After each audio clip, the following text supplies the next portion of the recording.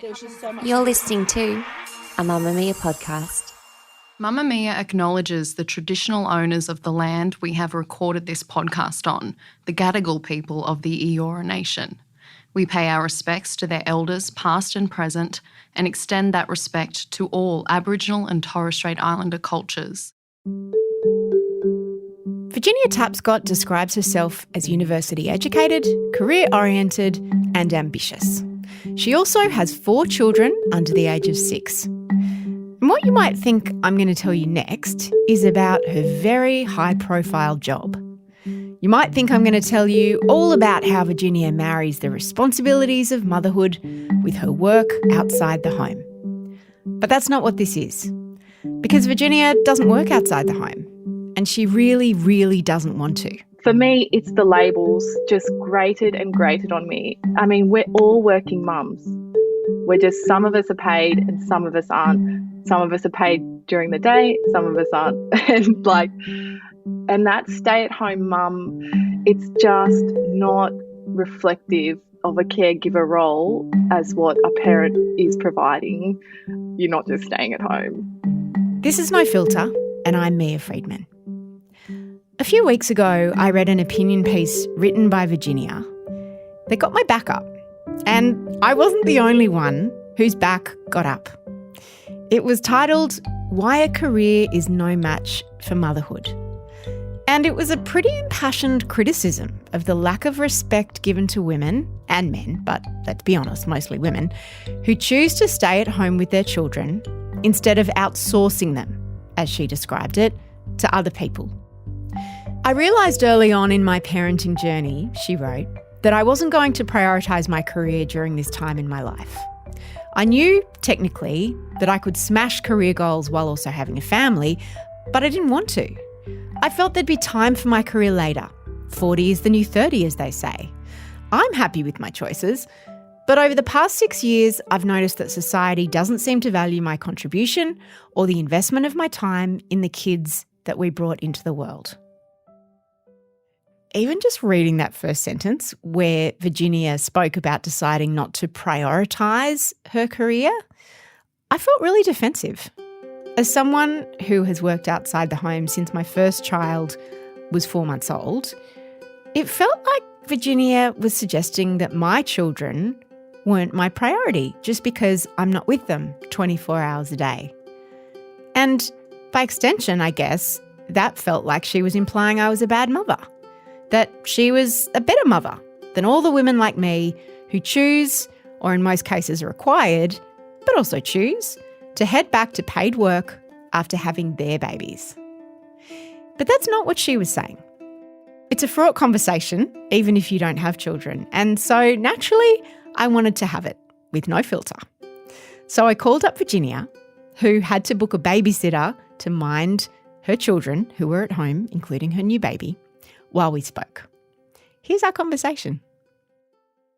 Virginia, you were born in 1990.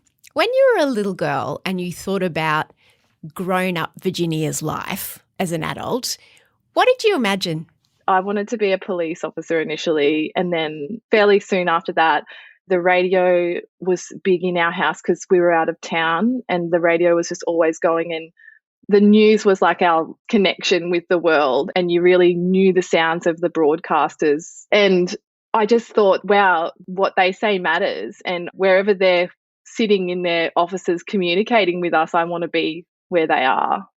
So you grew up, went to uni, became a journalist. When did you decide to have children? I was 25 when I fell pregnant with my firstborn, Oscar. That was unplanned. I had been thinking about children. I was in a long-term, lovely relationship, and I'd been thinking, oh, like this could be it. Like I think we're going to have kids and we're going to get married, and like I didn't think too much into the logistics of that. I hadn't given it proper thought, to put it bluntly. When did it occur to you that, hey, this isn't as easy as I thought maybe it might be? Oh, just from the beginning. From the beginning, it's such a shock. And I think it's more shocking because I hadn't seen this happen. You know, there was a time when girls and young women would have witnessed birth like multiple times over before they gave birth themselves. I hadn't seen a baby really breastfeeding. I can remember being given a baby to hold, but that whole having to feed them like every couple of hours, even shorter spaces together, was so overwhelming. I was just like, what? I've got to feed it again? Like, I just fed it. Him. We should call him him. And like I remember in the hospital when the midwife said, well, his next feed is going to be at 2. And I thought to myself, but that's in the middle of the night. What do you mean?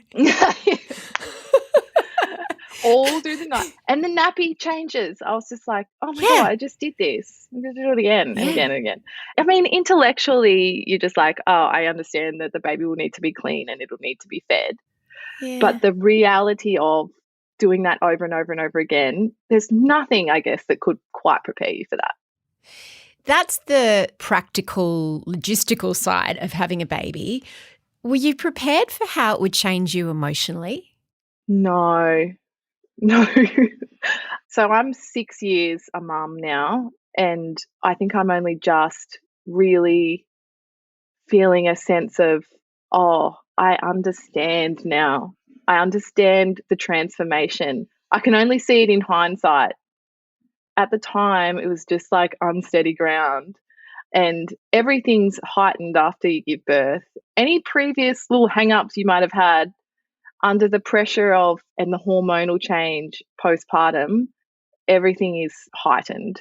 That was a huge challenge. I'm not sure if it was just the transition or had some form of postnatal depression, but it was definitely not a lovely time, as it has been with subsequent children. I couldn't understand how hard and how not nice it was with my firstborn until I had lovely experiences with subsequent children. Did you take maternity leave? Yeah, I did. I had 1 year unpaid maternity leave from that job, but then I obviously had the government 3 months paid maternity leave. And it got to 6 months and I called the newspaper and told them I wasn't coming back. And I had in my head that I was going to freelance and that would work out fine for me. And I guess financially we'd always been okay. We made ends meet, and I just didn't consider what the financial situation would be like, but it definitely was tight. But it felt unavoidable to me in a sense, because I felt like working in any consistent capacity away from my child, I just didn't feel like that was an option for me. So how did freelancing work out? I mean, the money has been helpful, but I would say that was more to limit the professional penalty. What do you mean by that? So rather than come out the other side of having 4 kids and being out of the workforce for 10 years and having, you know, your kids and everyone to show for that, but not having done anything in a professional sense, I could still sort of show someone my CV and be like, but look at all these publications I've been contributing to. And that's a unique position I was in, because there's nursing and there's all sorts of other professions where the ability to do that is very limited. So I understand the uniqueness of the position that I was in, but I was definitely conscious of that professional penalty. I mean, we've been to school, we've been to university. I got this great job straight out of university. I've derived so much meaning from my career. I really enjoyed what I did. And I loved getting paid and having that independence. But at the end of the day, I thought I could keep the ball rolling on that and have a family. Even so, whenever I had a job or a contract, it felt too much. It felt like I was push-pull, spread too thin, cranky at everybody. You know, you'd get the money at the end of it and you would have that kept your foot in the door. But there were many times where I just said to myself more than anyone, why can't I just stop? What is this inner compulsion? What am I afraid of? And I think in the end, it came down to a confidence within myself that I was raised that girls can do anything. And if that is true, then I should be able to stop paid work and raise my children how I want to, financially permitting. And then at the end of it, people should pat me on the back for that and let me back into the workforce. And my work is good enough that I'll get back to the paid workforce. In the end, I was just like, I can't pinpoint why I'm compulsively trying to work at the same time as raising a family. And I guess I am like that. If there's ever a pressure I feel to do something, I always sort of turn around and go, who did that? Who said that? Because I don't like it. And then I sort of question what the pressure is. And I started to feel this pressure to not talk about it. And then so I turned around and I was like, well, hey, what happens if I do start talking about it? It's like this weird reverse psychology in some ways. The deeper into motherhood I got, I started to just question why this is so valuable. It's so important. I should just be allowed to do this. You had 4 children over the space of just a few years, 6 years. Was it your intention to have a big family, or did it just kind of happen? Once I started thinking about kids, once I started having kids, I thought 3 or 4 would be my number. I think I was lonely as a child in some ways. My sister went to boarding school. I was by myself a lot. I had mum, essentially, a lot of the time, not a whole heap of other people. So I really liked and whenever we were around our cousins, it was always the best. It was the best. I loved being around people and a crowd. And so when I started deciding, I think I just wanted a bit of a crowd. I wanted to ask you about the money side. You wrote, I know this isn't a popular thing to be talking about, as for many returning to paid work is a financial necessity. I realise I was lucky to have the means to care for my 4 children full-time, but I want to be clear that we have been a low to middle income household since transitioning to one income in 2015. And you go on to say that you shouldn't have to disclose intimate financial details when you're explaining your decision to become a parent full-time, but you're sick of the assumption that only wealthy women can afford to care for their children on weekdays. Tell me a little bit about that. It was something that I had come across, a few times, just talking about the decision to be a full-time parent with others. I'm sure that it is a decision that is based on finances for most people, but I just felt like I was being passed off, essentially. There's just an underlying assumption, I feel, and in many ways it has become a privilege which is also warped. Yeah, right. So there is still a level of privilege required to make the decision to look after your own children full time. Career feminism started out as a level of privilege required to work outside the home. And so it's kind of flipped into the reverse, where having one parental full-time caregiver in the early years of a child's life requires a level of privilege, but there's also, we had to make decisions to sort of have the financial stability, but we made those around our decision to have one parent full-time caregiving. So, for instance, we moved a long, long way from our home for a substantial pay rise. That's where we still reside, because after our second child was born, everything cost more. We knew we didn't have enough money, and so we moved. And so that's a double-edged sword. A lot of people might decide that the benefits of being in your local community and having your familial support, are worth not being able to care for your child full-time.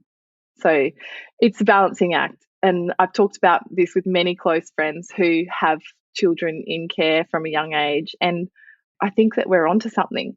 But at times I feel that the balance weighs the direction of outsourcing more care at younger and younger ages instead of supporting families to be able to make a choice. Because you say that this whole idea that, oh, nice for you to be able to stay home, some of us have got to work. You say that that assumption really diminishes the personal, professional and financial sacrifices we have made in order to raise our own children full time.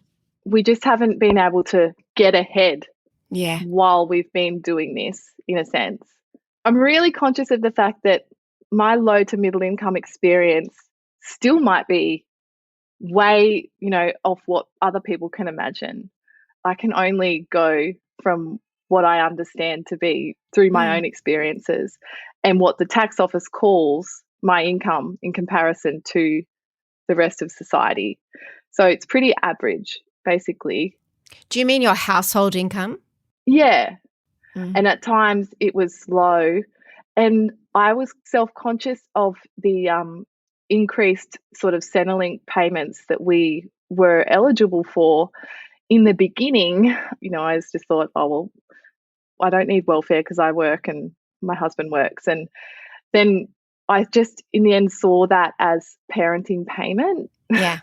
In a sense. In the end, it worked out to be $100, $150 a week, which we aren't eligible for anymore. But that was helpful during that time. And I don't know, we made decisions. So say that I started having children a bit later and we'd already had a mortgage or had multiple mortgages. We'd already made certain financial decisions, which are perfectly good and things to aspire to, but relied on a dual income. Like at 25, I guess you're so sort of early in your financial journey of having your own finances that we hadn't taken the plunge on a few things. And so I guess we did still have the freedom to just live on a single income. But increasingly, I think what I'm seeing is that socially we're becoming more tilted to rely on the dual income, which does make it almost impossible to care for your children full time.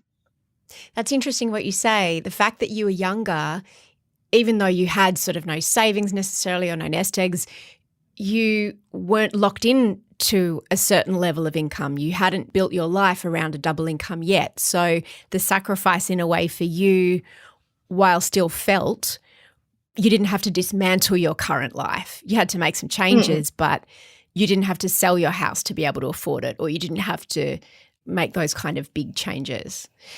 When did you notice that people's attitudes to you started to change? The perception is you'll have a baby, then you'll go back to work.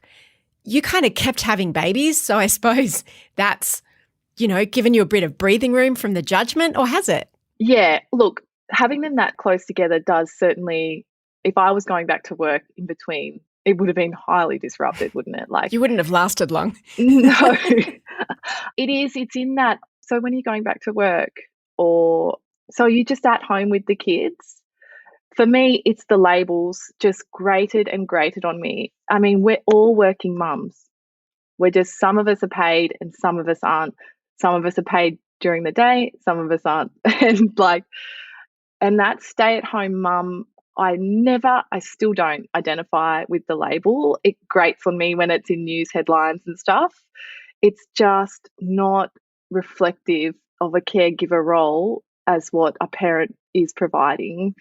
You're not just staying at home. How do you identify yourself? Because you say, as a university-educated, career-oriented, ambitious and willing full-time parental carer, I found myself in a cultural blind spot. Carers for all ages and ability groups continue to be grossly undervalued.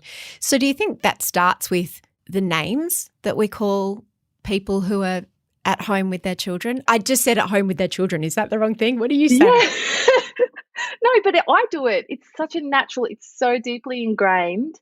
And I think the language around issues is so important. It's even in, so you're having some time off to have the baby. So I had some time off, had some time out. It's like, it's not time off. You entered a different role, but you didn't have time off. There's so many. Once you start looking for them, they're everywhere. So I started calling myself just a parental caregiver.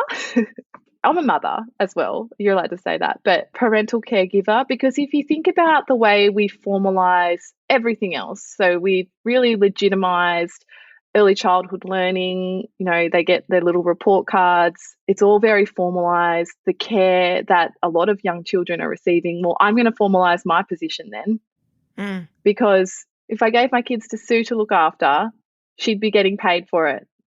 But I want to look after them. It's interesting because the label full-time mother rankles with me as someone who works outside the home, because I'm like, it's not like I'm a part-time mother just because I'm not with my kids 24/7. Oh, and I trip on this all the time because I get that. I get that you're doing everything I am and more. Well, no, but I'm not doing everything you are. I'm not doing everything you are, and I think that's important to acknowledge. It's different. They're different roles. Yeah. And for different reasons. But the other thing is we have so many positive, wonderful, professional mother role models.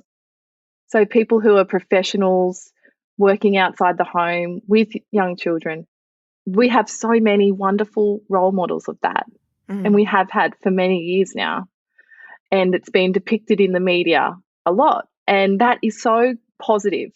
But we need a balance. And it's very hard to get positive public role models of full-time parental caregivers because they don't have access to the platforms and they are with their kids doing things with their children. You know, I've got a nanny to do this interview.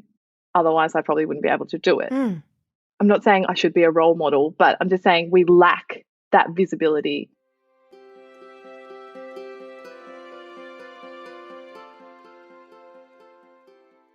You said that when you started dropping one of your children at daycare, you know, early in his life, and you felt this pervading sadness that just didn't lift, and you just realised that you wanted to be with him all the time. And so you started to do some research about the neurochemical and benefits of bonding and what might be causing you to feel this way. And you wrote, I think if more parents were aware of just how critical this time is, our priorities would change quickly. We'd be pushing for a brand of equality that's a little more nuanced than women acting like men. Thousands of years of evolution cannot be undone just because we've spent the past 50 years outsourcing childcare. Our babies and children don't suddenly evolve and adapt to this new model of care. Tell me a little bit about when you realised that perhaps you were fighting nature. I just kept thinking, you know, for so long, babies would have had their mother nonstop throughout their early years. I just kept thinking, if we take that away, even in degrees, and I was still, I guess, anecdotally being told that that has no impact, that only good can come from this. And my brain, my annoying brain, just wouldn't ignore it. It just was like, but if you take something away and it doesn't feel good and it's upsetting for me and for my baby, how can it be good? What I felt instinctively, I wanted to see that backed up by someone smarter than me. And I mean, lots of theories about mental health and psychology are grounded in the widely accepted concept of our brains are back in the Stone Age. You know, maybe in a couple more 100,000 years, our brains would evolve to be in more of an environment like we are in now. But they expect certain things, and we can't change that. We can't change it in our lifetime. And I wanted to have that explained to me. And neuroscience does explain that. It does explain that for babies and small children under 3 years, they rely heavily. There is a high dependence on a primary caregiver. There is that one big person, and they know they need that person to survive. That's the reason for separation anxiety in both mothers and babies. You know, I found the term maternal separation anxiety, and I was just like, well, nobody told me about this. And nobody sort of ever hinted at the idea that, you know, it might not work for everybody outsourcing childcare from a very young age. And I certainly identified as someone who that wasn't really working for, but I felt like, what was wrong with me?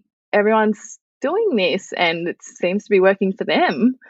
So yeah, I'm just the kind of person who I trawl through Google Scholar and stuff looking for answers. And, you know, that's not always where the answers are, but we have enough of an understanding now of what babies and young children and their developing brains expect.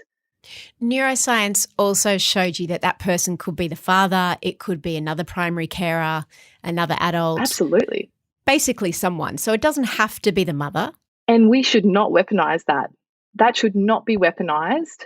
But any policy around this will disproportionately affect women because of the physiological changes that take place that affect our brains and our bodies and everything when we carry a baby and give birth to it.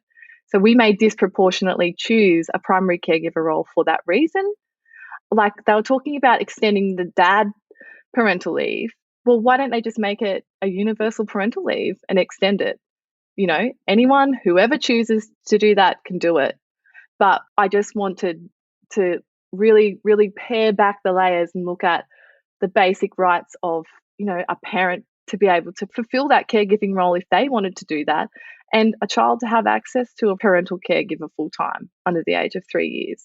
Like, these are serious rights we need to look at. But how much is this about people not having those rights, and how much is about you just feeling that as someone who's exercising those rights, you're not afforded respect that you feel that you deserve? Because no one's stopping anyone from staying home and looking after their kids. It's not that I don't feel respected, it's that I know it's not respected when I look at like fiscal policy and social and family policy and how the economy works. So you can have a sense of something and then you have that confirmed when you look at women, specifically women who have undertaken primary caregiver roles, will go back to a job that they're overqualified for, will experience a lifelong 7% wage penalty. That doesn't happen to men who assume primary caregiver roles. When we look at where the money's being spent is advantageous for the government economically, and that is a point. I get that we need the economy to work, but if we look at the way, you know, childcare is continually subsidised. When I first became a mother to now, childcare has been awesomely subsidised for families who need it. But there hasn't been an equitable, I guess, distribution of support there for families to make the decision to care for their own children if they wanted to. And you hear this a lot from women. There's a lot of stories of women who are pained and conflicted by their return to work, who, given the choice, would have liked to continue caring for their children full time and didn't have that choice. So the pendulum swung too far in some respects. Couldn't it be argued that having children is a choice and that there are certain consequences that come with that choice? Well, we need to reproduce the population for the economy. So the economy would collapse and already is in some places where the birth rate is dropping. We need to reproduce the population. This is everybody's problem. So that is just, to me, like a null and void argument. Having children should be a choice for everybody. Like, you should definitely be able to choose not to have them if that's not for you. And I think that conversation is super important, because if people don't want a blip in their career or a blip in their financial, you know, capability, then they should definitely be able to choose to not have children. But I think babyhood and childhood will be more than a blip in your life.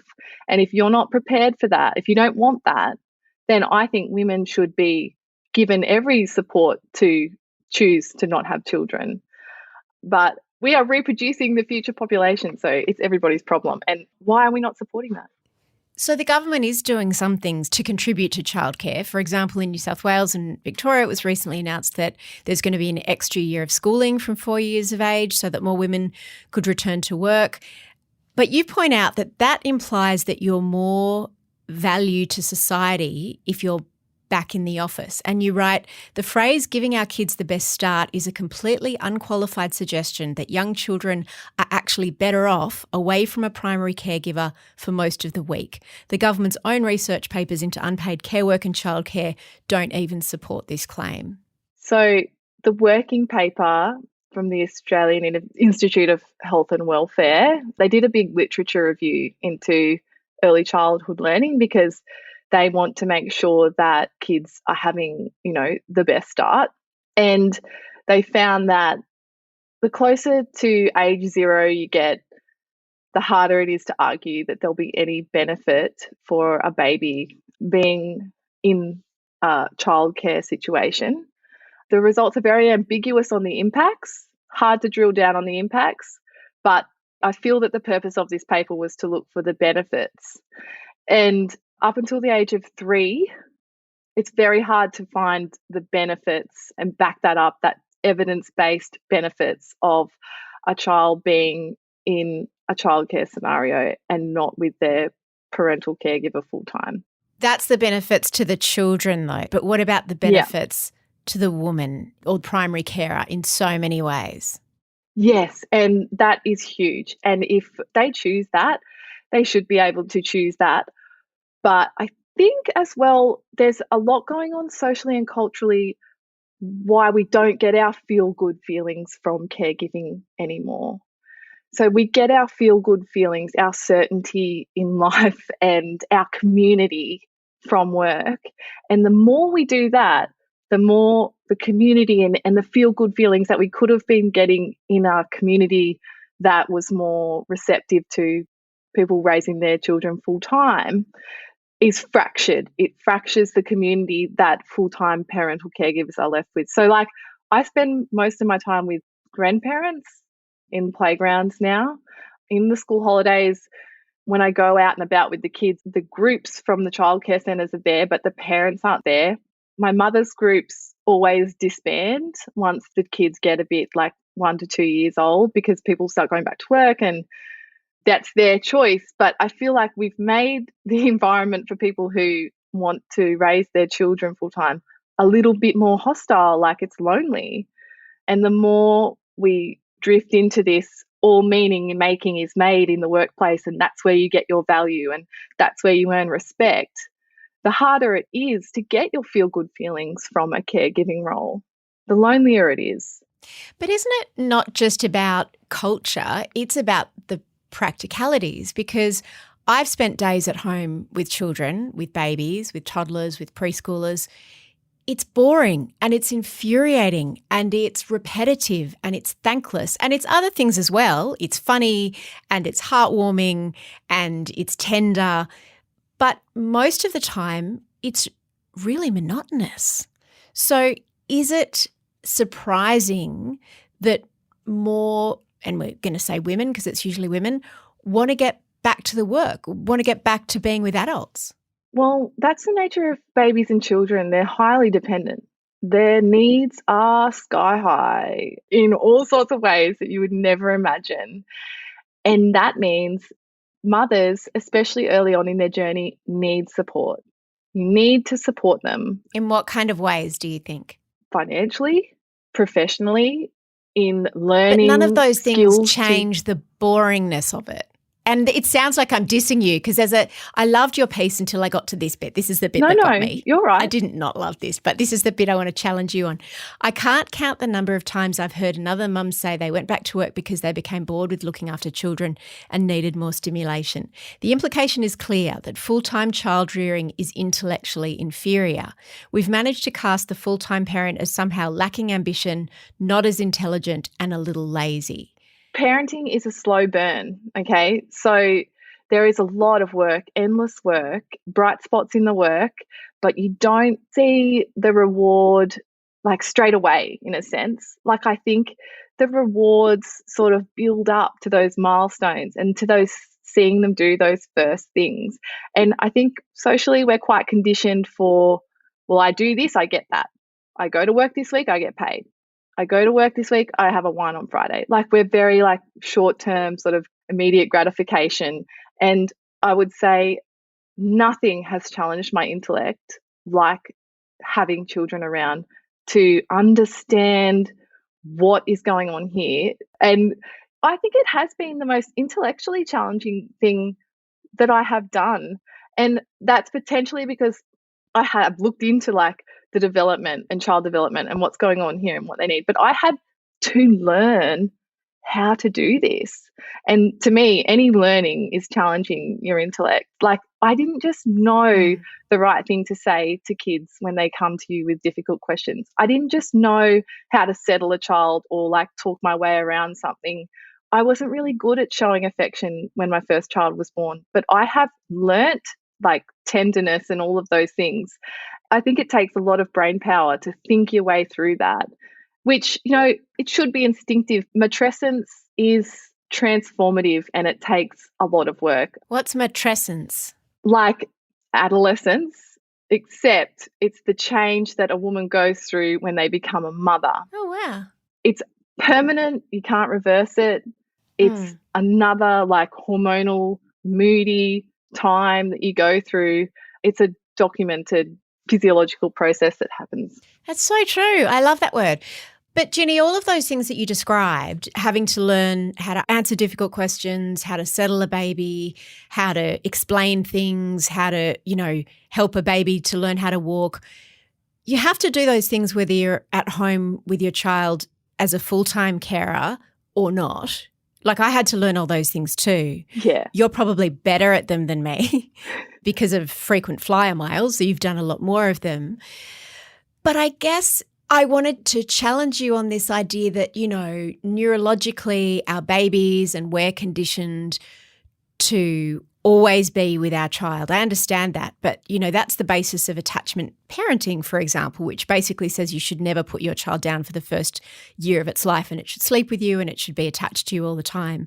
And it's quite an extreme form of parenting, but some people are really into it and they say that's because this is how things used to be in the olden days. But a lot's changed since, our ancestors and many generations ago.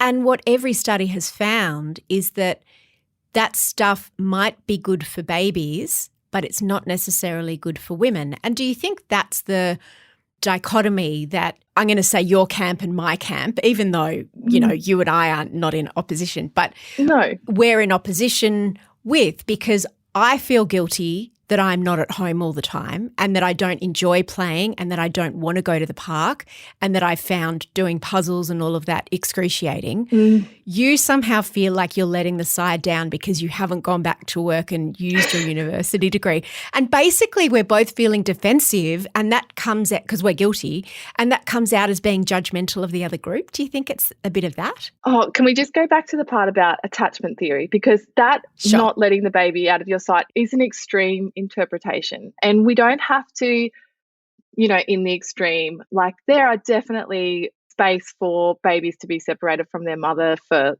short periods of time. But that is still the dominant theory in research that we have at the moment for the developing brain of babies and young children. But that expression, happy wife, happy life, that men talk about, like their marriage, and the idea of on a plane, if there's turbulence, they say if you're traveling with a child, put your own oxygen mask on. So like my babies would have loved to just be attached to my nipple for 2 years. They would have been stoked about that and probably that would have been quite good for their brains. But not for you. It would have been very bad for me. And I don't know, like maybe I'm kidding myself, but I always felt that I was able to be a better mother because I'm not with my children all the time. Is that terrible? On some level, I feel very guilty about that. No, but you made the decision in an environment, I would say you lacked the support. You lacked someone sitting over there to give your baby to for a little bit. And when our brains were developing in this way, we had people to give the baby to get sleep for a couple of hours. No, I had people to give the baby to, but I then used that time to go to work because I really loved work and I wanted to earn money, etc. Yeah, absolutely. And look, I still 100% think you should have had that choice, but it should be a choice. Okay, so what we see now is people financially don't have the choice, or for mental health reasons, they don't have the choice because they lack support in their role as a caregiver. So they're worried about finances, stressful for your mental health. They feel undervalued by potentially even a spouse or the rest of their family. They feel the expectation that they should be going back to work, paid work, bad for your mental health. Their baby, they don't understand it and they don't have the support to figure out what's going on with this baby. Very stressful. I'm lacking sleep, bad for your mental health. So I think women are making excellent decisions with the available information and with the current support systems that are in place, which the support is with a childcare centre. So I would like to see more support, more of a community for women to be able to choose to be in this caregiving role, or fathers, or anyone who identifies as a primary caregiver. And practically, what does that look like? Because the government can't create the respect that you feel that you don't have. And I think a lot of the points that you make are valid. I think that perhaps women were so excited to be given a choice and to get out of the home that it became, well, if you don't do that, what's wrong with you? And I think ultimately we do want women to have a choice. However, and this might sound really condescending, but I worry for you, and not just you, but for women who choose to do this for all the reasons that you've pointed out. What happens if your marriage breaks down or something terrible happens to your partner and you've had all of this time out of the workforce? What happens to your lack of superannuation? All of those things. Is that what you're saying the government needs to support you in? Yep.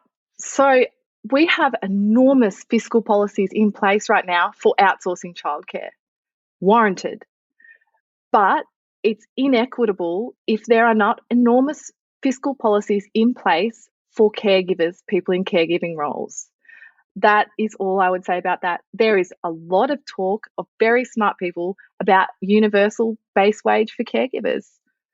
That is an idea that's been around since the 70s, possibly even earlier, when the career feminism first started, is if we're not looking after women in all their roles and supporting them in all their roles, then this brand of equality isn't going to be equitable. And I'm just asking for, not only does the universal base wage, essentially support women or primary caregivers to take on that role, that is the evidence-based best model of care for a child under 3 years, is having a parental caregiver that is available to them all the time. That sounds like a lot. It sounds like a lot. Children are very dependent. They are very high needs because they're defenseless. And if you take it back to the biology, we can't change that. And that's what their brains are expecting. And I'm just sick of all the chat about best starts and government subsidised childcare centres being able to spruik benefits and cherry pick from studies that isn't quite accurate and isn't really in line with what the research is saying, because they're a business and they need kids in there. And parents with this information are making very important decisions about the care of their children. The government needs to take, if they want to keep talking about best starts, they need to take an evidence-based position on what the best model of care is for 0 to 3 years and help families deliver that. And they can't keep making decisions based solely on the economic benefit. But Jenny, doesn't it also really depend on what the kids are doing at home with that caregiver for the first 3 years? Because if they're just sitting in front of the Wiggles, absolutely, compared to, I know that the days that my kids went to daycare and then preschool, they were doing all kinds of things. They were having story time. They would have Indigenous elders come in and teach them about things. They would learn yoga. They would learn cutting and pasting. They would learn skipping, all of these things that are, part of the early childhood care curriculum. But don't you think this is really dangerous? Why? Don't you think this is a really dangerous path to go down in making women like me feel inequipped to deliver a healthy childhood for my children by keeping them at home with me? But with respect, Jenny, you're not a teacher. You're not an early childhood educator, and neither am I. So I know that during the pandemic, a lot of teachers got annoyed when we referred to it as homeschooling, because they're like, you're not homeschooling. We're teachers. It's very different what we do. They would get different things for being at home with me, but they wouldn't learn the things that they would at kindy or daycare. They're learning it earlier, but the evidence is that just because you learn something earlier, it equalises by about 7 or 8, I think.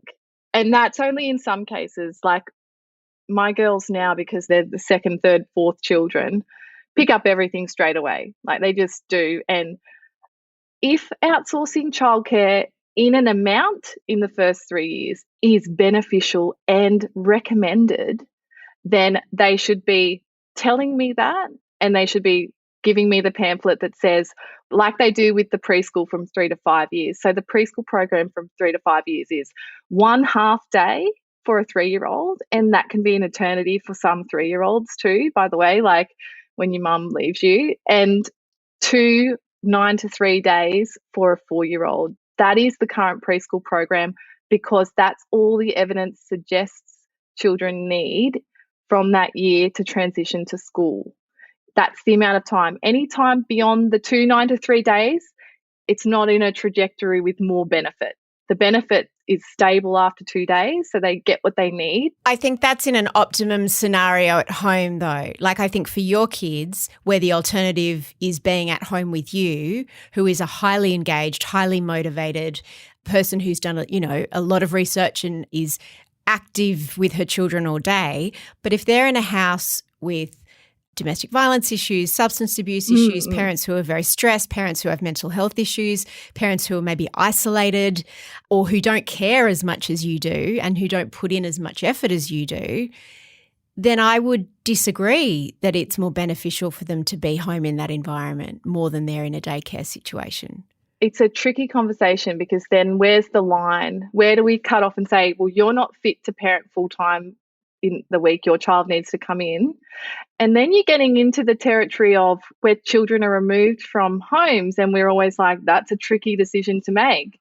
And it is in a similar vein is at what point would you say, okay, right, well, you're lower socioeconomic enough or you're not educated enough, your child needs to be in some kind of care from 0 to 3 and this is the amount we recommend. And also I tick some of those boxes. I am isolated and I have mental health struggles that I address and I get support for. So I just don't always think that removing a child from the care of the mother is the solution. I think we need to support the mother in her ability to care for a child if the will is there. To, she doesn't want to. Yeah, if the will is there, yeah. I think that's the key, isn't it? If she wants to, awesome, we should support her. But if she doesn't want to, we should also support her. Ginny, I wanted to ask you just finally about the reaction to your piece since you've written it. I want to end with a paragraph that you wrote. You said the feminist movement still has work to do. In order to argue the case for women being able to work outside the home, career feminists had to denigrate the act of caring for children in the home. They had to argue that childcare and home duties were beneath them. Naturally, they sought empowerment by placing themselves where the power lay, in the workplace. They viewed power through the lens of the patriarchy, the very system they sought to dismantle. The legacy of the devaluation of childcare work remains to this day, and it's extremely damaging to many women. I find myself in the ridiculous position of having to argue for my right to work inside the home. What was the reaction to your piece? I have had not a single woman want to talk to me. You're the first, and I appreciate it so much to have this conversation, and people feel so stung. That's not the intention here. The intention here is more choice for women. And I didn't hear from a single person who was like you, oh, hang on a minute, isn't there a balance? Well, or not all families are good to be full-time parents. These are conversations we need to have. What does the evidence say? The government, by their own admission, say that the evidence is highly ambiguous. And there may be biases, inherent biases, because mothers who are in paid roles outside the home do a lot of the research. They work in the media. They write a lot of the stories about the research. So we have to have these conversations, and I desperately don't want people to be stung by it. I want them to challenge it, and I want them to challenge where their information is coming from. Is it anecdotal? Is it something they want to do? Is it something they feel like they should do because everybody else is doing it? Or do they feel like the only place they can get respect is in the workplace, or that's where they get their validation? And we need to maybe look at meaning making in our lives. And I'm probably shielded from a lot of it. I'm sure people have heaps of conversations with people that they know align with their views, but we lack the ability to entertain other points of view, and it's horrific. Agreed. And it leaves us in these, like, just railroading us into these situations where we're just going in there because no one's really saying anything. But there have been big, big names, evidence-based, go against the formalisation of education and childcare down to early ages. There's a lot of question marks around whether that is actually the best model of care for children. And whilst ever there's those question marks there, we need the research in there. It just hasn't been there.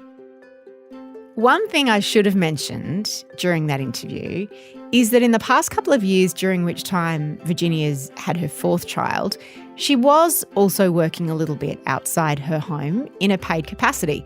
She was actually making a podcast about the sexual abuse that occurred in her family, particularly to her sister, who died not long ago.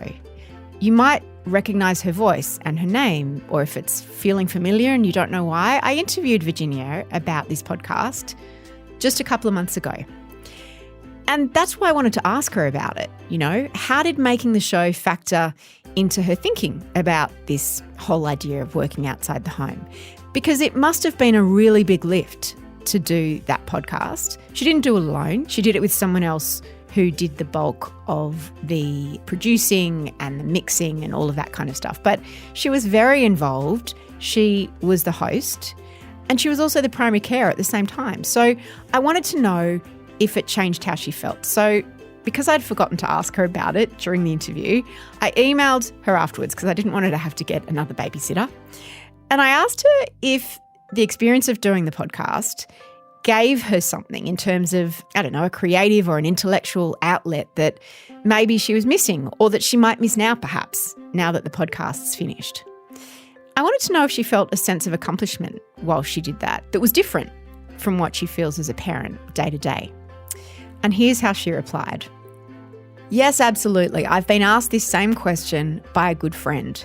The actual hours for the podcast when I wasn't with the kids were in interviews, which maybe added up to a week in a cumulative sense. The rest I did scripting, writing and voicing when they were asleep, which is a double-edged sword as well because then I'm tired and organisation is hard. But this is the compulsion to be working in a paid role and have that validation from my peers because I'm probably deeply insecure in my sense of self and need reassurance that I'm valuable and worthy. I felt sad I couldn't be there for them as much during this time that I was producing the podcast. I missed my daughter's first steps. She was with my husband. I suppose in the scheme of things, it's not much, but I noticed it at the time and it didn't sit well with me. For a long time, I didn't find that reassurance and validation in child rearing, but the more I read how valuable it was and the more comfortable I became in my mothering role, the more I felt confident and comfortable in my decision and saying no to freelance jobs.